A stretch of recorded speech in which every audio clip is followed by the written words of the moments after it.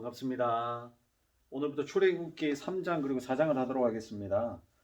출애굽기 3장은 모세의 소명장이라고 합니다. 출애굽기 3장은 모세의 소명장입니다. 하나님께서 모세를 부르시는 장면입니다.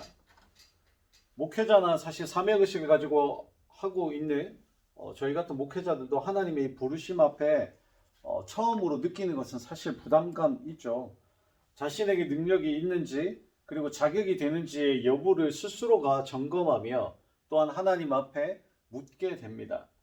그런 이들에게 출애굽기 3장은 큰 위로와 그리고 도전 그리고 사명감의 근원이 되는 장이라고도 볼 수 있습니다.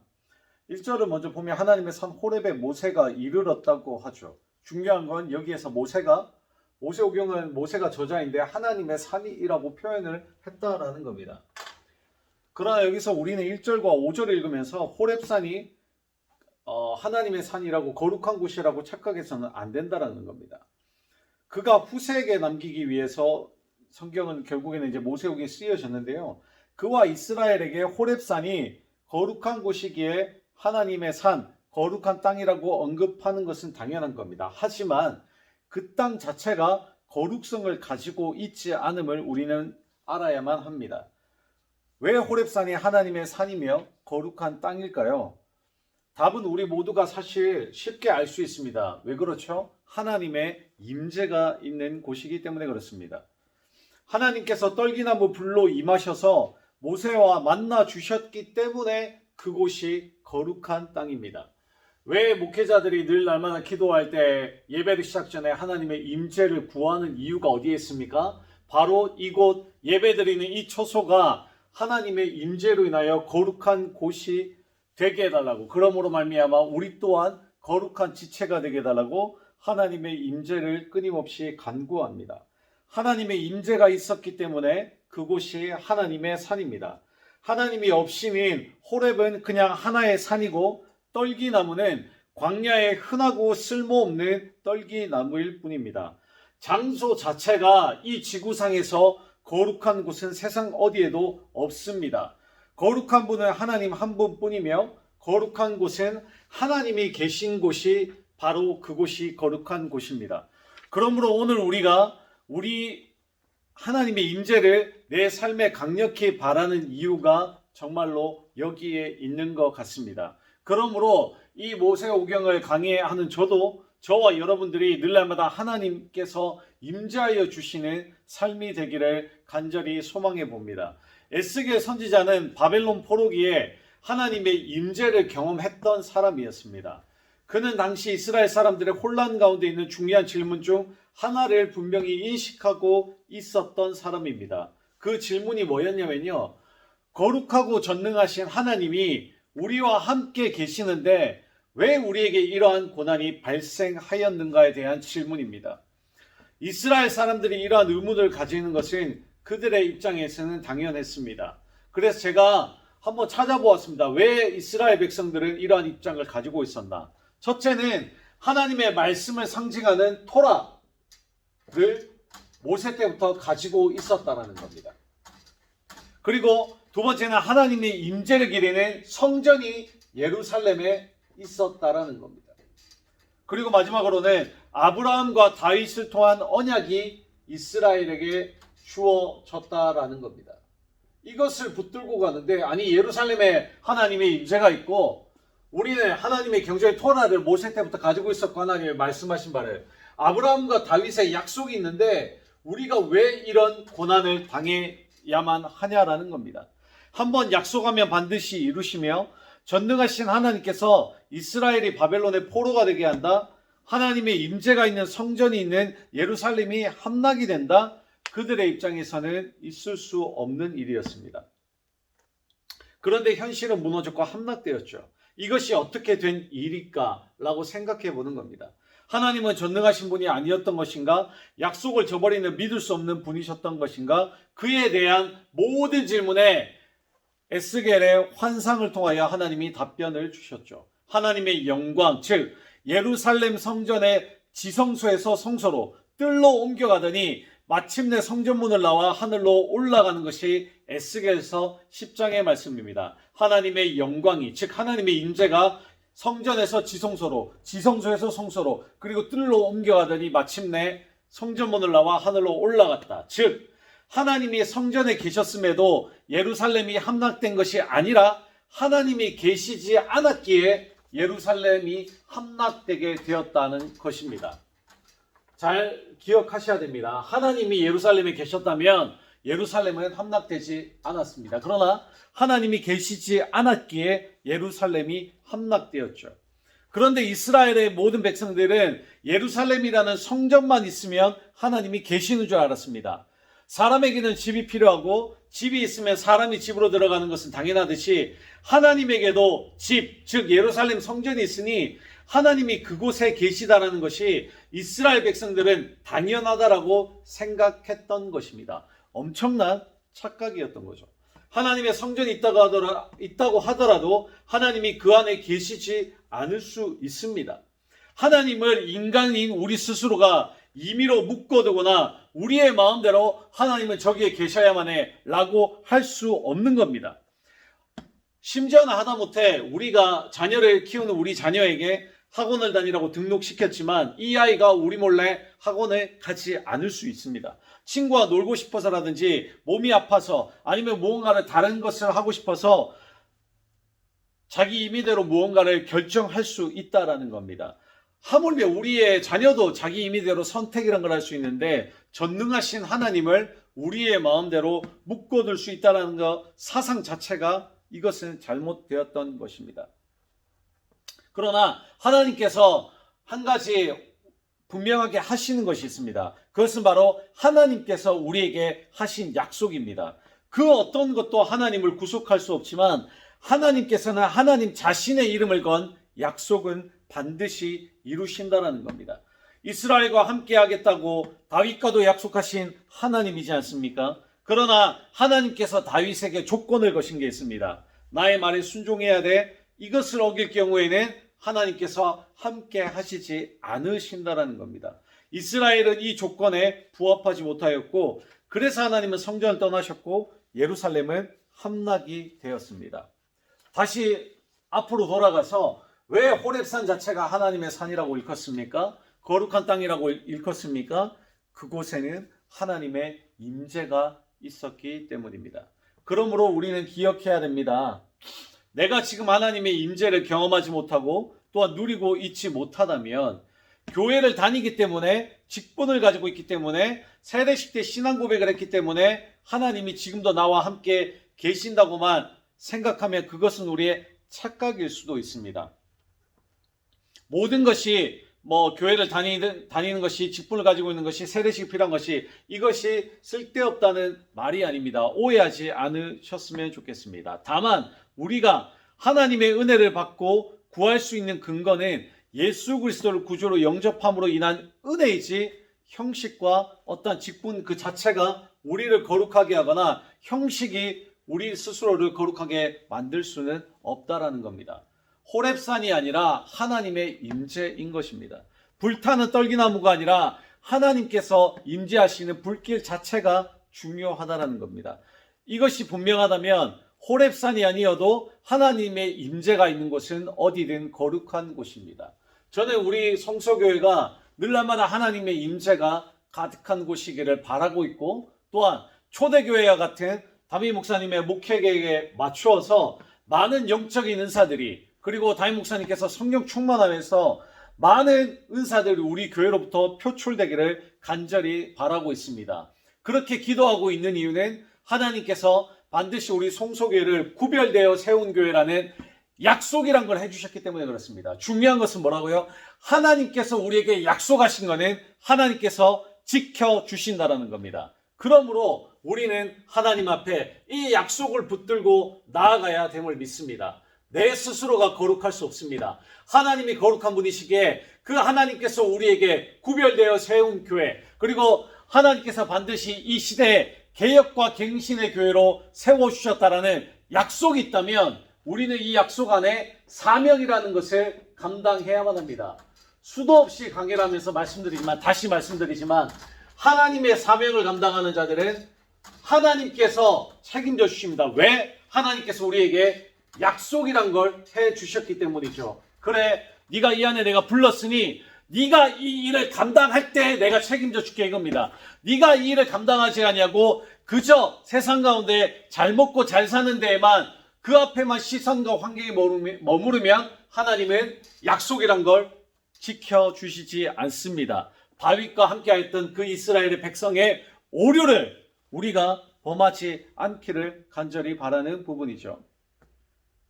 우리는 이 출애굽기 3장 모세를 부르시면서 아브라함과 이삭과 야곱에게 약속하신 하나님, 아브라함과 이삭과 야곱에게 어떤 일을 하신 하나님에 대해서 다시 한번 모세를 부르심에 있어서 생각해 보아야 할 대목입니다. 우리가 누군가를 믿을 만하다고 말하는 것은 그가 어떤 약속을 지켰는가, 그리고 그 횟수가 얼마나 많은가를 통해 이 사람은 믿을 만한 사람이구나 라고 평가를 종종 하게 됩니다. 하나님은 아브라함과 이삭과 야곱에게 약속을 하셨고 땅을 차지하게 하셨습니다. 후손을 주겠다 했습니다. 하나님은 모세에게 이 약속을 이제는 이어가게 하시려는 대목입니다. 그러므로 부르심이 있었던 거죠. 그런데 그런 하나님이 모세와 이스라엘을 약속을 했으니 지키긴 하겠지만 귀찮다고 아무 가치 없는 존재처럼 여기시는가? 아니다라는 겁니다. 하나님은 모세에게 집만 지어준 것이 아니라 뭘 하십니까? 동행이라는 걸 하셨습니다. 저와 여러분들의 삶이 늘 날마다 하나님께서 우리와 함께 하시는 이 동행이 반드시 있어야만 합니다. 아브라함이 갈대아 우르에 있을 때 아브라함의 어떠함을 보고 하나님이 아브라함을 부르시지 않았습니다. 그가 자신의 아내를 누이라고 속였음에도 불구하고 또한 이스마엘을 낳았어도 하나님은 아브라함에게 다시금 찾아오셨습니다. 이삭이 아버지와 똑같은 실수를 저질렀어도 이삭에게 100배의 축복을 주셨습니다. 야곱이 부모와 형제를 속이고 자식들을 편애하는 모습을 보여도 야곱에게 복을 주셨습니다. 뭘 할 수 있는 것이요? 하나님은 인간의 어떠한 스스로 어떤 우리의 행함을 보고 은혜를 베푸신 것이 아니라 하나님은 철저히 내가 너희에게 약속, 너희 자손을 번성하게 해주겠다, 내가 너에게 복을 주겠다라는 이 약속에 근거하여 철저히 인간의 어떠한 행태와는 상관없이 은혜와 복을 주신 것을 볼 수 있습니다. 하나님과 약속한 이들을 사랑하셔서 지속적으로 약속을 이행하셨고 그 약속의 대상을 전심으로 사랑하셨습니다. 때문에 하나님이 모세를 부르실 때에도 이렇게 말씀하십니다. 출애굽기 3장 7절에 그들의 감독자로 말미암아 부르짖음을 듣고 그 근심을 알고, 하나님께서는 이스라엘 백성들의 근심을 알고 그리고 들으셨습니다. 하나님께서 이스라엘 연약함과 괴로움을 보고 듣고 알고 계셨으며 모른 채 하지 않으셨습니다. 하나님은 우리의 고통 가운데 함께 계시며 심지어 그분은 거룩한 전능자이시지만 예수 그리스도를 이 땅 가운데 보내시어 함께 그 고통을 경험하셨습니다. 그러므로 히브리서 4장 15절 이런 말씀이 있죠. 우리에게 있는 대제사장은 우리의 연약함을 동정하지 못하실 리가 아니다. 왜냐하면 모든 일에 우리와 똑같이 시험을 받으신 이로되 죄는 없다라고 표현하고 계십니다. 하나님 우리를 진실로 사랑하시죠. 모세를 부르신 목적, 모세가 해야 할 일이 무엇입니까? 히브리 사람들의 애굽 사람의 손에서 빼내는 겁니다. 그들을 가나안 족속의 땅에 데려갑니다. 이 일에 모세 너를 사용하여 너를 통해서 이루겠다라는 하나님의 전적인 약속과 그리고 이스라엘 백성들을 향한 전적인 사랑이 있었습니다. 이 모세를 통해서 부를 때 우리는 또 한번 보게 되죠. 하나님께서는 유능한 사람을 부른다라는 것이 아닙니다. 왜냐하면 이미 너무나도 나이가 많이 들었습니다. 모세를 불렀을 때 몇 세에 부르셨죠? 80세에 부르셨다라는 겁니다.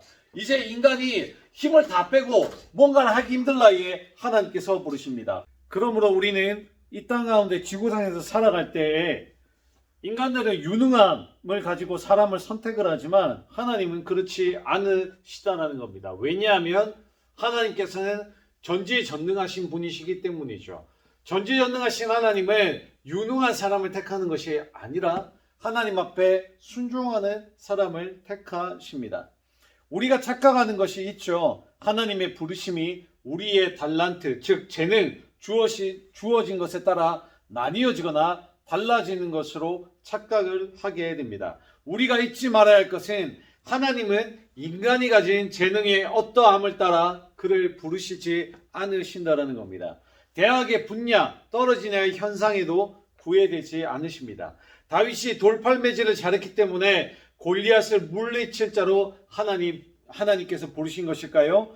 바울이 지식이 대단하고 글에 능통하기 때문에 하나님께서 그를 부르셨습니까? 전혀 절대 아니다라는 겁니다. 인간의 능력의 어떠함이 하나님의 부르심의 기준이 되지 않습니다.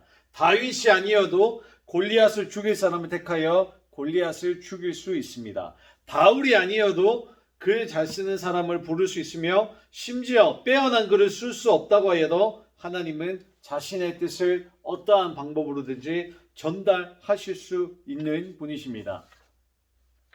하나님의 부르심은 재능이나 직종에 대한 것이 아니다라는 거죠. 하나님의 약속으로의 부르심이 있고 그 가운데 순종하고자 한다면 그 다음에 자신이 해야 할 일, 할 수 있는 일이 보이게 됩니다. 하나님은 모세에게 그렇게 하셨고 그렇게 부르셨습니다. 거대해 보이는 하나님의 계획이 출애굽에 정작 모세가 한 일, 할 수 있는 일은 바로 앞에서 말을 전달하고 지팡이를 사용하는 것이 전부였습니다. 모세가 뭘 할 수 있었다고요? 왕인 바로 앞에 가서 말이라는 것을 전달하고 지팡이를 사용한 것이 전부였다는 겁니다. 모세가 할 수 있는 건 이것밖에 없었습니다.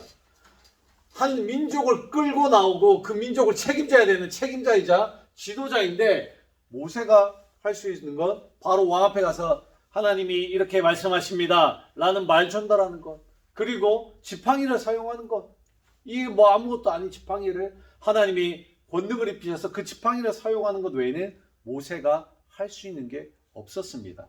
철저히 하나님 앞에 수동태적인, 하나님께서 가라면 가고 서라면 서는 수동태적인 종의 삶을 살아야 했던 거죠. 모세가 뭔가 큰 일을 방패와 칼을 들고 나와가지고 누구를 찌르고 죽이고 한 것이 아닙니다. 무슨 현대인의 무기처럼 핵무기를 들고 나아가서 다 죽여버리겠어, 우리 백성들을 풀어주시오 한 게 아닙니다. 그저 하나님이 시키셨던, 가서 말해, 나머지 내가 알아서 해, 이겁니다. 근데 그 앞에 말도 안 되는 상황에 순종을 하는 거죠. 이 하나님의 부르심은 개인으로 끝나지 않았습니다. 한 사람의 대표는 말 그대로 조직을 대표하게 됩니다. 책임이 있는 자리죠. 그에 따른 능력도 필요합니다. 하나님은 세상을 창조하신 후 에덴을 만드셨죠. 그리고 그 에덴 전체를 다스리는 자로 민족을 만드신 게 아니라 아담 한 사람을 만드셨습니다. 후에는 갈빗뼈 하나를 취하여 하와를 만드셨죠. 온 인류를 구원하는 구원자의 언약을 모든 민족 가운데 하시지 아니하셨습니다. 누구를 처음에 택하였습니까? 아브라함 한 사람을 택하여서 민족을 이루겠다 하셨습니다. 한 명입니다. 한 명. 거대한 여러 명을 몰라가지고 하나님이 민족을 이렇게 가지고 고작 한 명입니다.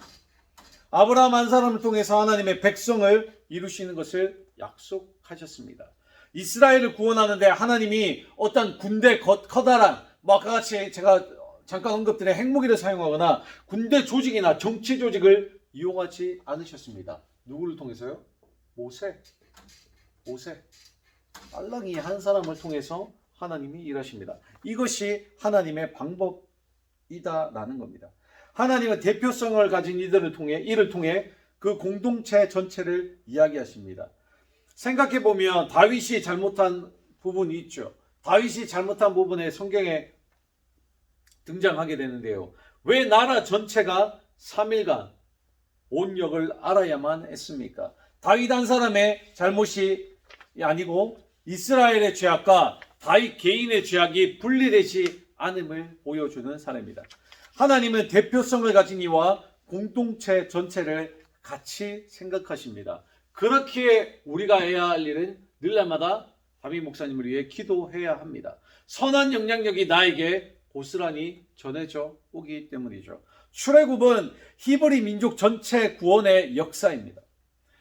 영적인 시선으로 보면 그리스도인 전체의 구원의 역사라고 볼 수 있습니다. 구약과 신약은 맥을 같이 하기 때문이죠. 이런 일을 감당하는데 하나님이 취하시는 방법은 조직을 만드시는 것이 아니라 뭐 어떻게 해요?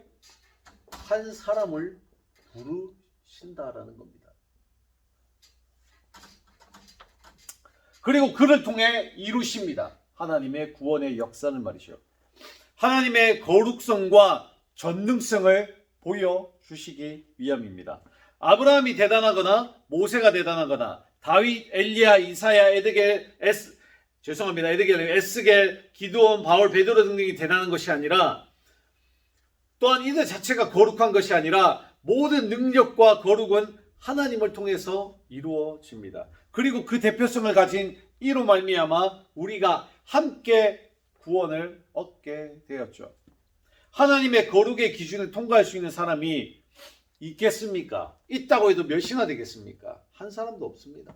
그런데 그 잣대를 일일이 한 사람씩 통과해야 한다? 모든 사람이 불가능한 이야기죠. 그런데 우리를 대표해서 한 사람만 통과하면 우리 모두가 통과될 수 있습니다. 그리고 그 한 사람이 있다면 정말 큰 은혜겠죠. 그 한 사람이 누구였습니까?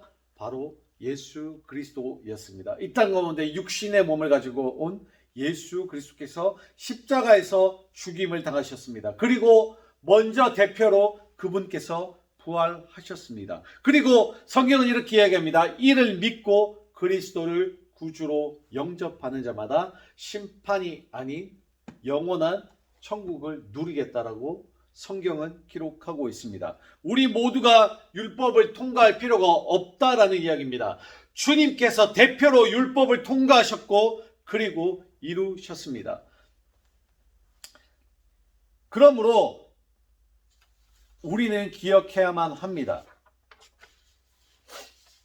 모세는 이 대표성을 가지고 하나님 앞에 부르심을 받았다라는 겁니다. 그래서 우리는 성소에 우리를 불러주신 이유를 다시 한번 생각해 보아야만 합니다. 이 양산 땅을 변화시키려고 우리에게 불러주신 대표의 마음을 가지고 우리가 사역에 임해야 될 줄 믿습니다. 모세는 이 하나님의 부르심 앞에 곧바로 순종하는 대답을 하지 않았죠. 자격을 묻습니다. 이것은 지극히 당연한 반응이었습니다. 이 세상 어느 누가 한 민족의 대표가 되는 일에 초청을 받았는데 스스로가 먼저 그래 접니다 잘 보셨습니다 라고 할 수 있단 말입니까? 이것은 그렇게 말한다면 어떻게 보면 심히 교만한 자라고 볼 수도 있습니다. 만약에 교만하지 않더라도 그 사람이 정말 겸손한 자라 할지라도 부담이 되는 자리일 수밖에 없습니다. 책임을 져야만 하는 이 대표의 자리는 정말 부담되는 자리입니다. 능력이 아무리 출중하다 할지라도 정말 너무나도 큰 비중의 자리이기 때문에 부담스러운 자리일 수밖에 없죠. 많은 능력, 큰 능력은 책임을 동반하게 됩니다. 이를 수행해야만 하는 막중한 책임감이 따라온다는 거죠. 이집트의 왕자였던 모세가 지금 광야로 도망쳐와서 장인의 양떼를 치고 있습니다. 이드로의 양떼를 말이죠. 자신의 양떼가 일단 아닙니다. 자신의 소유가 아니라 장인의 양떼를 치고 있는 상황입니다. 이때 모세의 나이는 이미 너무 많이 들었습니다. 하지만 적어도 출애굽기 2장에서 도망친 다음 상당한 시간이 지났을 것임은 확실하죠. 그럼에도 모세는 자신의 양떼가 없습니다. 자신의 소유가 없습니다. 우리가 흔히 저 사람은 능력이 있다라고 말하는 기준은 무엇입니까? 세상적인 기준은요. 여러 가지가 있겠죠. 사람들에게 신뢰를 받고 있는 인물이다. 인망이 두텁다. 그 다음에 남들이 하지 않는 것들을 도전을 한다. 또한 세상적인 정말 큰 가치 기준은 저 사람이 돈이 많다. 재물이 많다. 그리고 정말 인맥으로 말미암아 어떠한 큰 그 정치력을 행사할 수 있다. 그런 것들을 보면서 저 사람은 능력이 있다라고 하죠. 결국에는 소유이고 그 소유로 말미암아 우리는 평가를 하게 됩니다. 그러나 모세는 지금 자신의 처지는 어떻습니까? 소유가 없어요. 그리고 무언가 정치력도 없습니다. 아무것도 없습니다. 이집트 왕자로 생활할 때에는 정치력을 발휘할 수도 있고 떵떵하게 자신의 힘을 드러낼 수 있지만 지금은 아무것도 없습니다. 그리고 이미 마음도 무너져 있는 상태입니다. 그런 모세의 두려움, 걱정을 하나님은 아십니다. 히브리 사람들의 고통을 보고 듣고 하시는 하나님이 모세의 두려움과 걱정을 모를 리가 없습니다. 그래서 모세에게 말씀하십니다. 뭐라고요? 내가 반드시 너와 함께 있겠다. 야, 이 말은 정말 우리 그리스도인들이 하나님으로부터 이렇게 직접적으로 음성을 듣듯이 듣고 싶어하는 이야기죠. 내가 반드시 너와 함께 있겠다.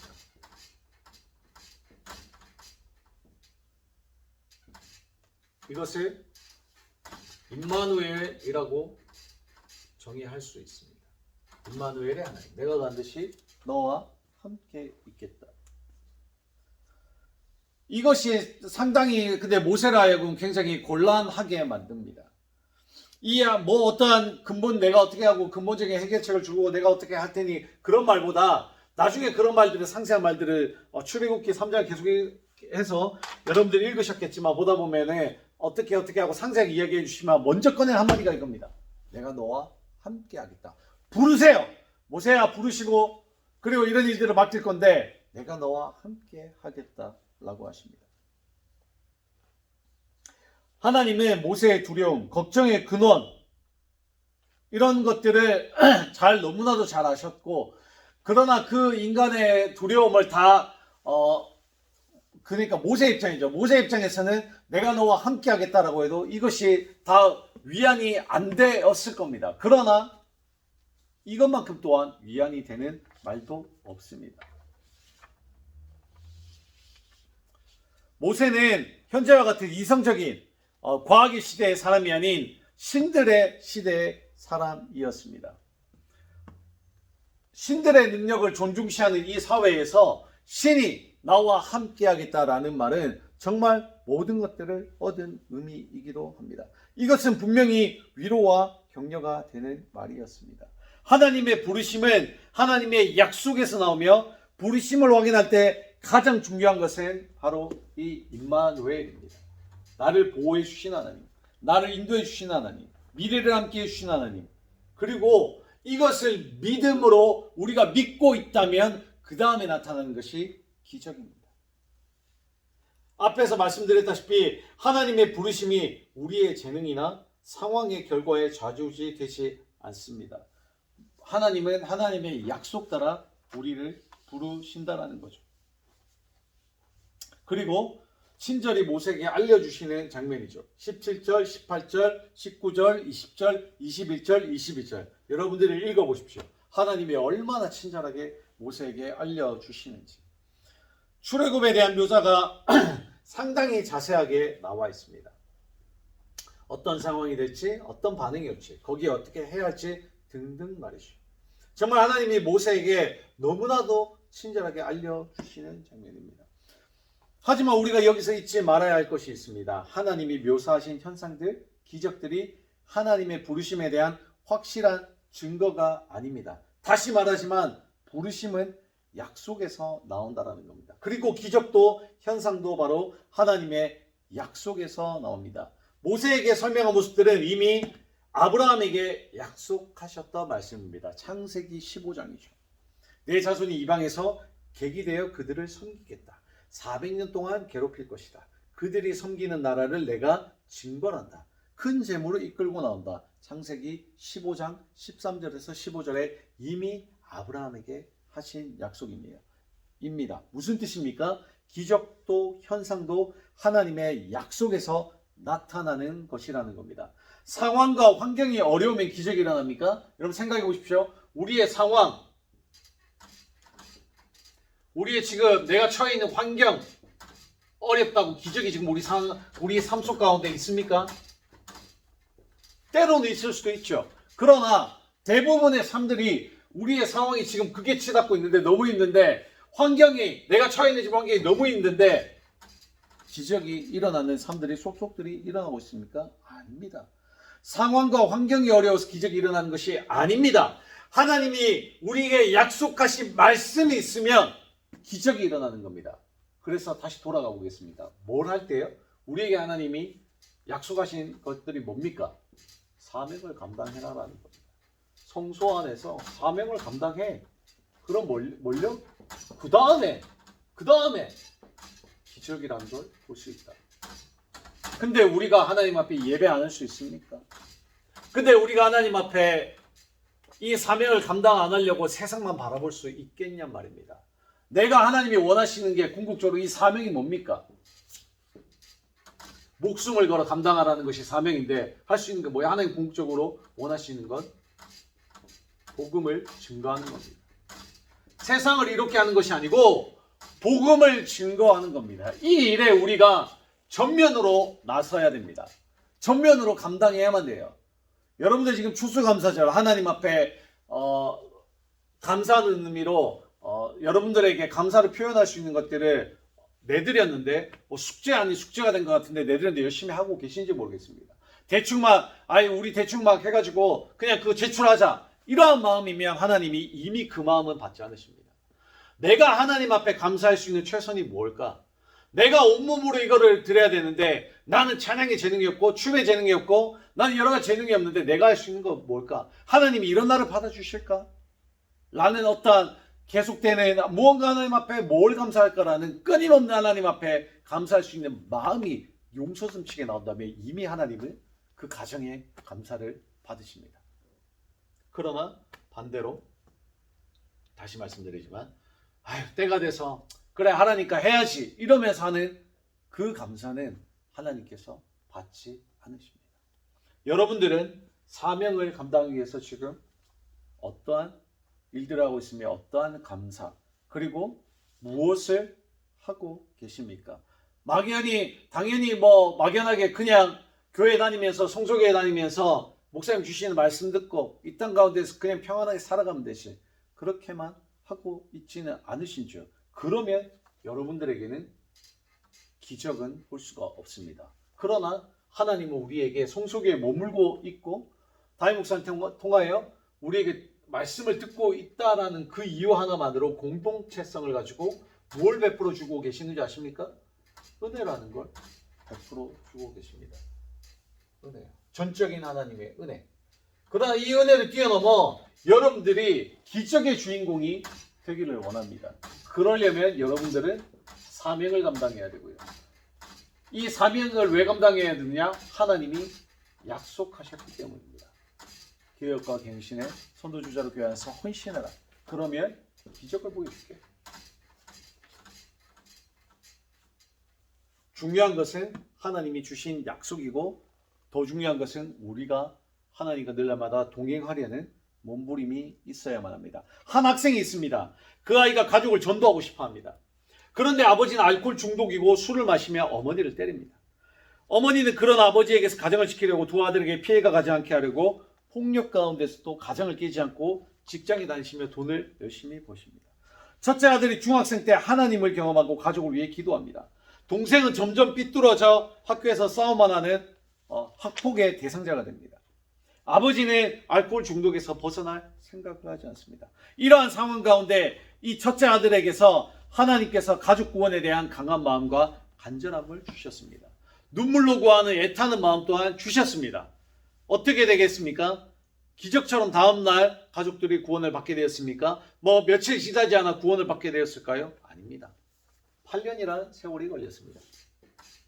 이건 한 예화입니다. 8년이라는 세월이 걸렸습니다. 이 아이가 하나님께 마음을 받고 그러한 가족을 위한 구원에 대한 열망의 마음을 받고 기도하며 가정에서 여러 일들을 감당한 지 8년이 지나 아버지께서 교회에 발을 디디기 시작하셨습니다. 동생도 그 모든 학폭의 생활을 접고 이름을 들으면 명문이라고 하는 대학에 입학하게 되었습니다. 결과적으로 보면 뭡니까? 여러분들이 갖고 싶어하는 기적입니다. 하지만 8년 동안 이 8년의 시간 동안 이 아이 중학생의 이 아이가 물론 이제 장성에 계속하겠지만 결국 이 8년의 세월 동안 즉 23살이 되기까지 이 아이의 이 8년의 세월의 마음은 어떻겠냐라는 겁니다. 한 달이 지나고 두 달이 지나고 세 달이 지나고 6개월이 지나고 쭉쭉쭉쭉 1년, 2년, 3년, 4년, 5년, 6년, 7년, 8년 분명히 강력하게 가족 구원에 대한 애타는 마음을 기도하는 마음을 주셨는데 이 세월이 지나면서 계속 기도하면서 1년이 지났는데 이 마음이 가짜인가? 이 마음이 하나님 주신 마음이 아닌가? 이 마음은 하나님의 부르심이 아니었는가? 분명히 가족 구원해 주시겠다고 하셨는데 한 3년 또 지나서 왜 안 이루어지지? 이루어지지 않지? 한 5년이 지나서 정말 내가 어떻게 해야 이 가족이 구원받을 수 있을까? 어떤 방법을 써야 할까? 한 7년쯤 지나서 내가 잘못하고 있었구나. 이게 아닌가 보다. 라고 하는 온갖 의문과 두려움과 답답함 그리고 괴로움 가운데 있었을 것입니다. 그리고 그때마다 이 아이는 기도하는 자리에서 그럼에도 불구하고 울었습니다. 하나님 언제까지입니까? 제발 알려주세요. 제가 지금 잘하고 있는 것입니까? 그러나 여러분들에게 말씀드립니다. 하나님께서 하고자 하시는 때는 아무도 모릅니다. 하나님의 부르심의 내용, 나에게 주어진 사명이 이루어지는 때는 언제입니까? 모릅니다. 그 기다림 가운데 우리가 기다릴 수 있는 힘이 무엇이죠? 나를 보호해 주시는 하나님, 인도하시는 하나님, 동행해 주시는 하나님을 믿고 가는 것이 우리가 할 수 있는, 또한 하나님 우리에게 주시는 유일한 기다릴 수 있는 힘의 원동력입니다. 나를 보호해 주시는 하나님, 인도하시는 하나님을 믿는 것. 당장 기적의 현상이 일어나지 않는다고 하나님의 부르심이 없거나 가짜이지가 않다는 이야기입니다. 중요한 것은 하나님의 부르심은 직업이나 직종, 재능을 어떻게 활용하느냐에 대한 것이 아니라 하나님의 약속이 이 땅 가운데 이루어지는 것이며 그 가운데 내가 하나님의 부르심을 받은 것이고 부르심을 받았다고 하더라도 매 순간 하나님의 임재 가운데 있어야 하며 내게 일어나는 현상들을 하나님의 약속으로 해석하고 바라보아야 하는 절대적인 하나님을 향한 하나님 앞에 시선이 고정되어 있어야 한다라는 겁니다. 하나님의 부르심 가운데 내 스스로가 또한 여러분들 스스로가 내가 자격이 되나? 내가 여기에 있는 것이 맞나? 성소에 있는 것이 맞나? 라는 의문이 들 때가 있을 것입니다. 이 마음이 맞는 마음일까? 나에게는 능력이 없는데 왜 이런 메시지가 설교 시간에 들려지게 되고 찔림이 있는 걸까? 이 깨달음이 내 마음을 무겁게 하는 이유가 무엇일까? 나는 감당할 수 없는데. 사랑하는 성도 여러분, 의문을 의문으로만 두면 우리에게 의심으로 끝나지만 우리가 이 의문을 하나님이 나에게 함께 주시겠다라는 약속이구나 라고 믿으면 기적은 일어나고 그것을 원하는 것을 또한 여러분들이 행한 것에 배로 갚아주시는 하나님입니다. 믿음으로 지금의 우리에게 하시는 하나님의 약속이라는 것이죠. 내가 하나님이 이 설교를 듣다가 또 메시지를 듣다가 하나님이 나에게 무언가를 감당하라고 하라는 그런 마음을, 불편한 마음, 때로는 기쁨의 마음도 있지만 참 아이러니한 건 하나님이 굉장히 불편한 마음도 주세요. 예를 들어서 이런 거죠. 내가 지금 너무 힘들어요, 가정이. 그래서 물질이라는 게 너무 부족합니다. 근데 갑자기 하나님이 예를 들어서 무슨 하다가 예를 들어서 내가 버는 월급이 200인데 하나님이 갑자기 400을 헌신하래. 여러분들 할 수 있겠습니까? 예를 들자면 할 수 있겠습니까? 저도 못할 것 같아요. 죄송하지만 교육자인 저도 아직까지 믿음이 부족하여 특별히 그런 불편한 마음을 주신 적도 없지만 아직까지는 아니면 내가 영적으로 또한 어두워서 더 느끼지는 못했을 수도 있습니다. 여하튼 저는 아직까지 부족한 부교육자이기 때문에 한참 올라가야 될 사람이 저도 부족하다라고 가정했을 때에 여러분들 또한 부족한 사람이지만 갑자기 어느 날 하나님이 기쁨의 마음도 주시긴 하지만 불편한 마음을 주셨다라는 겁니다. 근데 이 불편한 마음도 하나님이 주셨다라는 겁니다. 그런 가정하에서 여러분들이 이것을 하나님 앞에 순종할 수 있겠냐는 겁니다. 그냥 의문으로만 이게 아니겠지 라고 의문으로만 두면 그냥 이거는 끝이 납니다. 엔딩 그냥 끝이에요. 그러나 이것을 의문으로 두지 않고 믿음으로 무언가를 결단하고 행하면 여러분들이 볼 수 있는 건 이때 기적이란 걸 볼 수 있게 된다는 겁니다. 이때 기적은 이럴 때 볼 수 있는 겁니다. 저도 그래서 늘 날마다 사실 하나님의 은혜이고 기적을 체험하고 살아가는 접니다. 근데 저도 이러한 결단이 있었을 때 드렸을 때에 대한 기적의 체험을 해보고 싶습니다. 더 많은 것들을 해보고 싶습니다. 하나님께서 정말 그래서 때로는 어떤 우리의 삶을 세상적인 표현으로 나락으로 내몰 때가 있지 않습니까? 정말 지하 끝까지 그러고 생각해보니까 저도 이런 기적을 경험한 것 같네요. 강의를 하다 보니까. 저도 나락으로 내려갔던 시절 하나님이 회복해 주시기까지 정말 하나님 앞에 무언가를 결단했을 때 하나님이 부어 주신 기억이 있네요. 이제 생각이 나네요. 강의하다 보니까. 저도 나락으로 내려가고 와 이제 뭐 그냥 이제 주의 종 안 가야 되겠다. 뭐 이거 가봤자 그냥 뭐 내 인생 뭐 있나 뭐 이러면서 한참 방황하고 헤매고 있었을 때를 접고 하나님 앞에 서려고 했을 때 하나님이 베풀어 주셨네요. 정말 그런데요. 생각해 보니까. 사랑하는 성도 여러분, 무언가를 행하고 여러분들 기적을 제가 그때 진짜 아무것도 없었거든요. 뭐 일단 뭐 물질은 고사하고 뭐 건강대로 뭐 이미 다 부서져 있는 상태고 다 그랬는데 하나씩 회복시켜 주시는 하나님을 경험했습니다. 이게 강의하면서 제가 울컥하게 되네요. 경험케 하신 하나님, 기적을 보여주시는 하나님. 하나님의 약속의 말씀 가운데에서 늘날마다 우리가 부르심을 확인할 수 있기를 바랍니다. 그러므로 사실 4장까지 가려고 했는데 다음부터는 4장, 4, 5, 6, 7, 8장까지 읽어주시고 이제부터는 조금 스피디하게 나갈 겁니다. 소명장까지는 굉장히 중요했기 때문입니다. 그리고 여러분들에게 반드시 이 말씀을 전달해 주고 싶었고 또한 여러분들이 이 부르심, 이 사명 앞에 다시 우리 성소의 모든 성도님들이 서기를 강력히 원했기 때문입니다. 그리고 여러분들이 더 간절한 저의 마음은 여러분들이 기적의 주인공들이 다 되기를 원했기 때문입니다. 그래서 우리는 끝까지 하나님의 이 사명을 감당합시다. 이 사명을 감당하는 이유 다시 말씀드립니다. 최종적으로 약속을 하셨기 때문입니다. 이 사명을 감당하면 기적의 주인공이 된다.